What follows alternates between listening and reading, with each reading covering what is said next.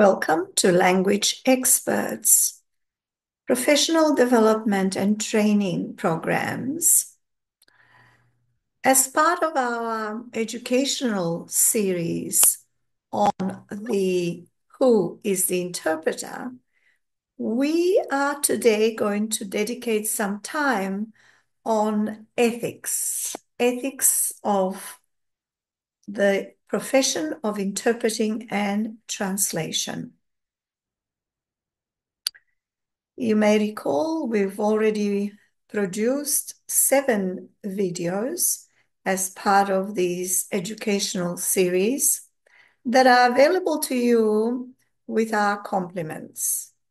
The aim of this exercise is to create an awareness about the subject matter we are talking about. In this case today, it'll be on ethics. What is ethics? Why do we need ethics? And many other questions. I'd like to start today with information on Socrates, the great philosopher. And then in our next video, we will look at the Code of Ethics of the profession in Australia.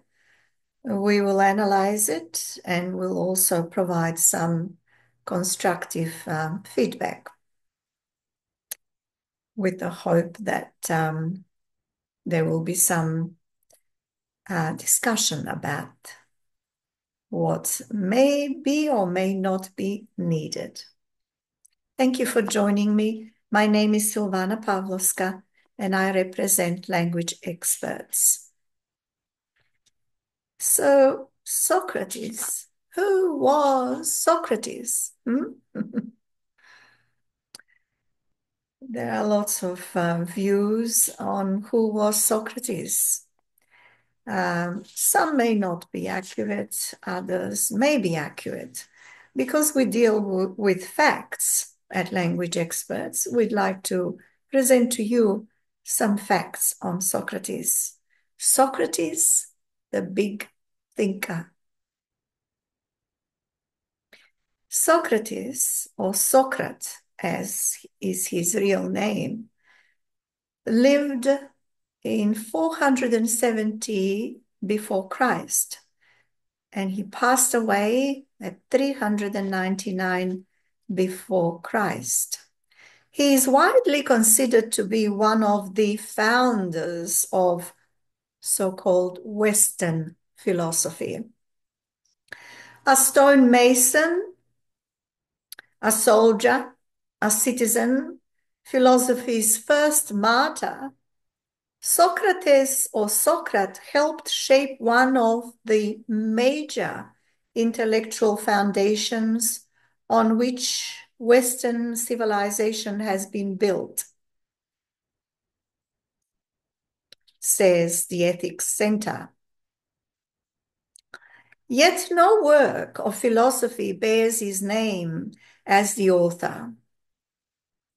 All we know of Socrates is derived from the work of others, especially Plato, Xenophon, and Aristophanes. Prior to Socrates, ancient philosophy tended to focus on questions that today might be considered the domain of physics. Pre-Socratic philosophers tended to focus on fundamental questions about the nature of the universe, like the building blocks of matter or the nature of time and motion. When Socrates came along, he proposed a completely different set of questions for philosophical deliberation.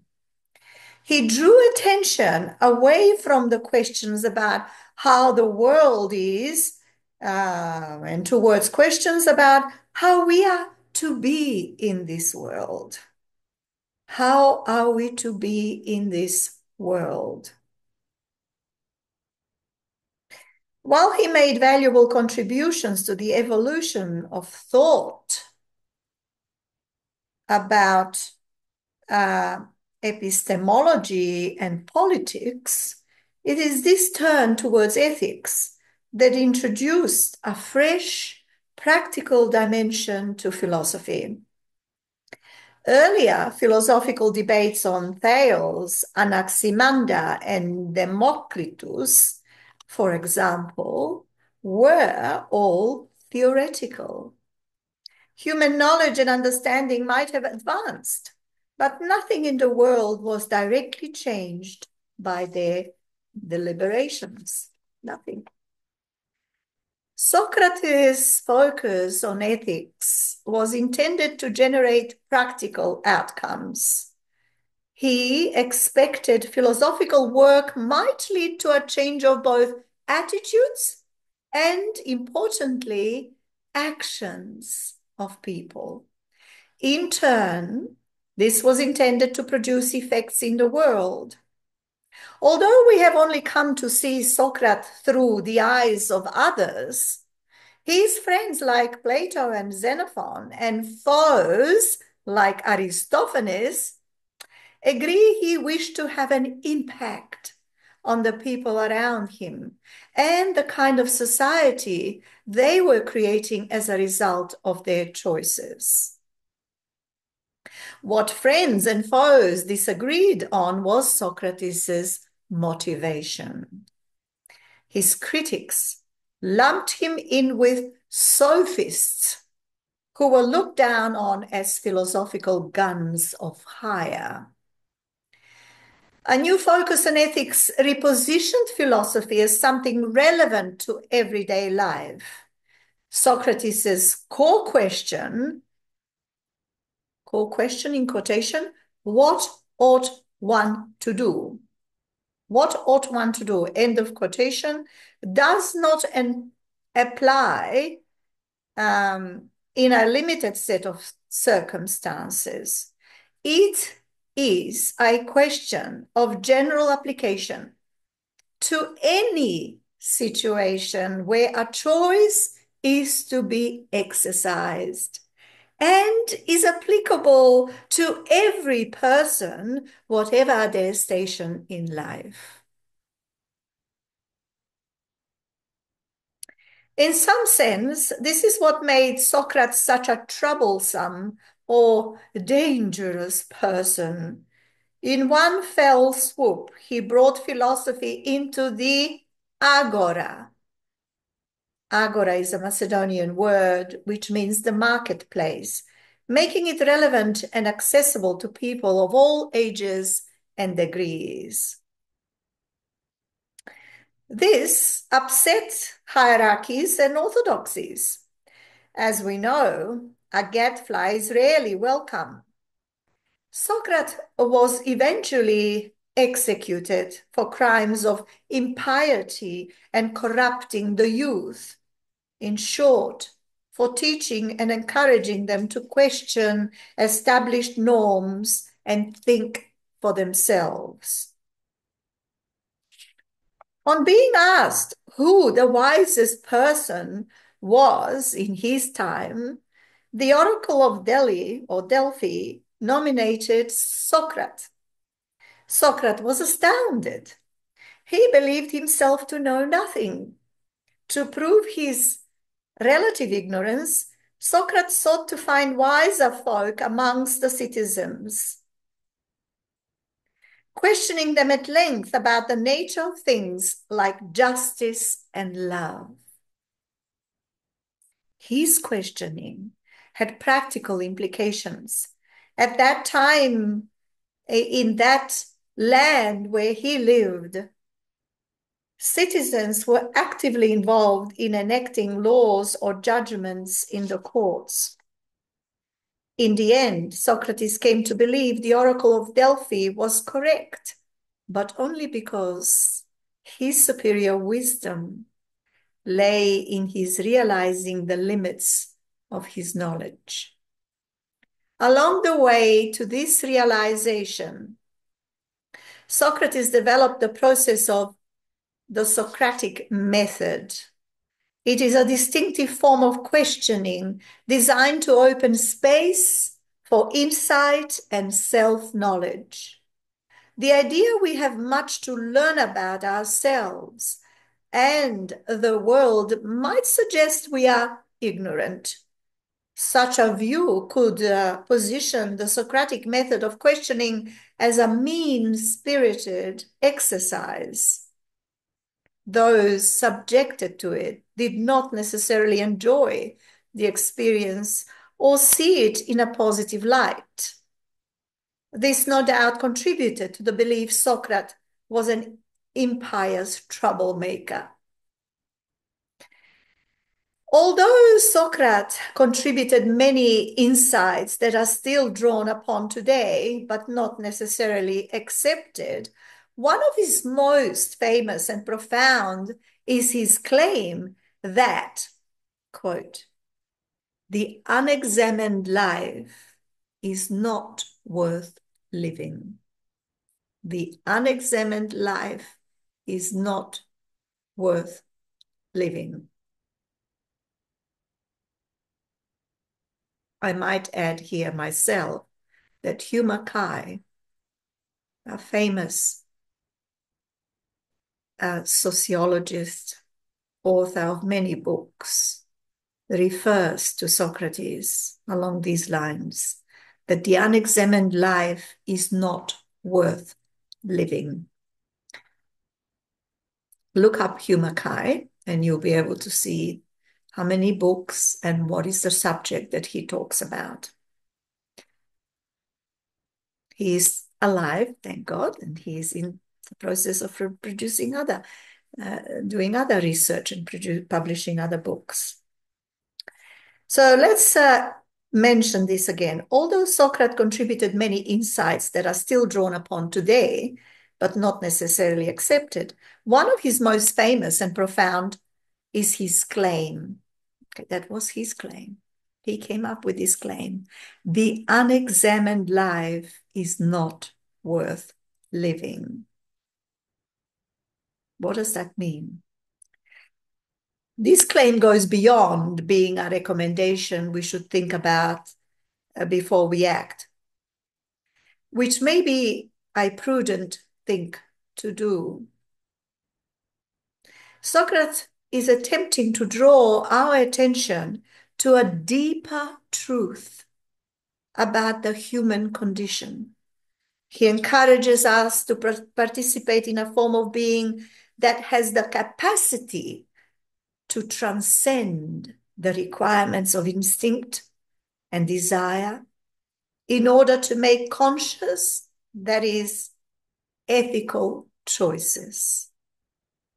Socrates claimed, if we fail to do this, we human beings, wherever we are, and especially interpreters and translators, because this educational series is on interpreters and translators, that we live a lesser life. One of the effects of examination is, according to Socrates, the development of practical wisdom, which is the foundation for virtue. For Socrates and later for Aristotle, in a slightly different form, the possession of virtue is not just a matter of interior orientation. It is essential to being able to see the world as it is and be able to make good decisions. Good decisions.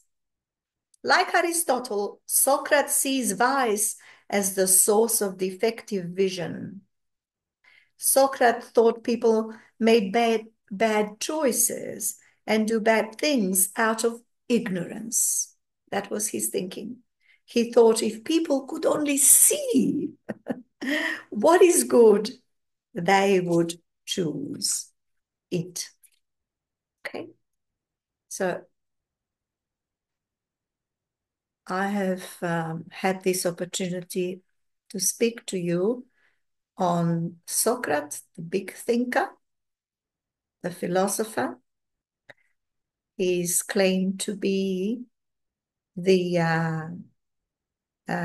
person who shaped one of the major intellectual foundations on which Western civilization has been built. And we thank Socrates and the many other philosophers who thought along those lines. And I'm going to leave you with these words, the words of Socrates, and that is, the unexamined life is not worth living. Have you examined your life as a professional interpreter and translator? Are you happy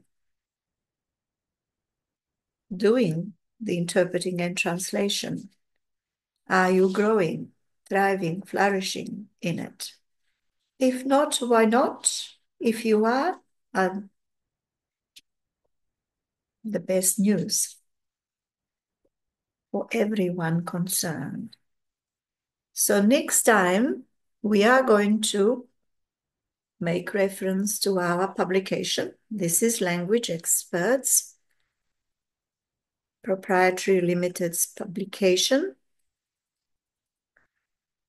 textbook we have developed and published called Professional Development Series, Language Experts iTraining Handbook for Legal and Court Interpreters in Australia.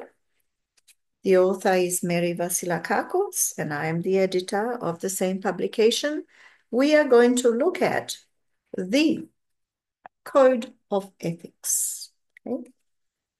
The one and only national document in Australia put together by AUSIT, and we thank them for that. And we will